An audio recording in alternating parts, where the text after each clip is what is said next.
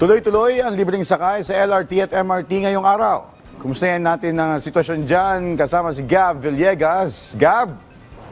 Joshua, mga estudyante naman ang makikinabang sa ikalawang araw ng 12 Days of Christmas libreng sakay ng Department of Transportation.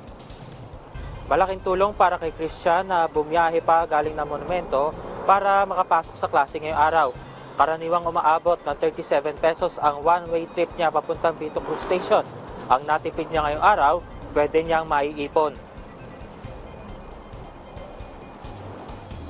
Actually, a lot po. Kasi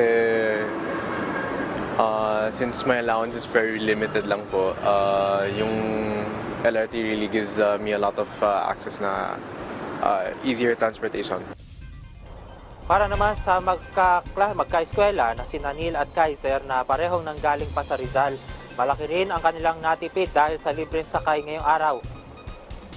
Sobrang laki po kasi malaki po na ginagastos namin po sa pamasahe po. Kaya mula kasi po binangonan pa po ako. Kaya sobrang tulong po na libre po yung pamasahe ngayon po. Yan din po sinabi ni Kaiser. Sobrang nakabawas sa gastusin ng mga estudyante din. Kahapon na magsimula ang libreng sakay ng Department of Transportation sa LRT1, LRT2 at MRT3 kung saan sa bawat araw hanggang pagsapit ng Pasko ay pwedeng maka-avail ng libreng sakay. Ito ay alinsunod sa direktiba ni Pangulong Ferdinand R. Marcos Jr.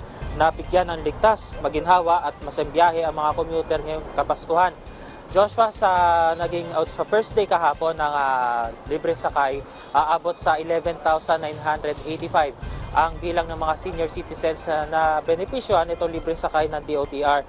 Para naman sa mga estudyante na mag-a-avail ngayong araw, ay mangyari lamang na ipakita yung kanilang ID o school ID, pati na rin, o kundi kaya yung kanilang certificate of enrollment o di kaya yung kanilang certificate of registration bilang katunayan na sila ay mga estudyante.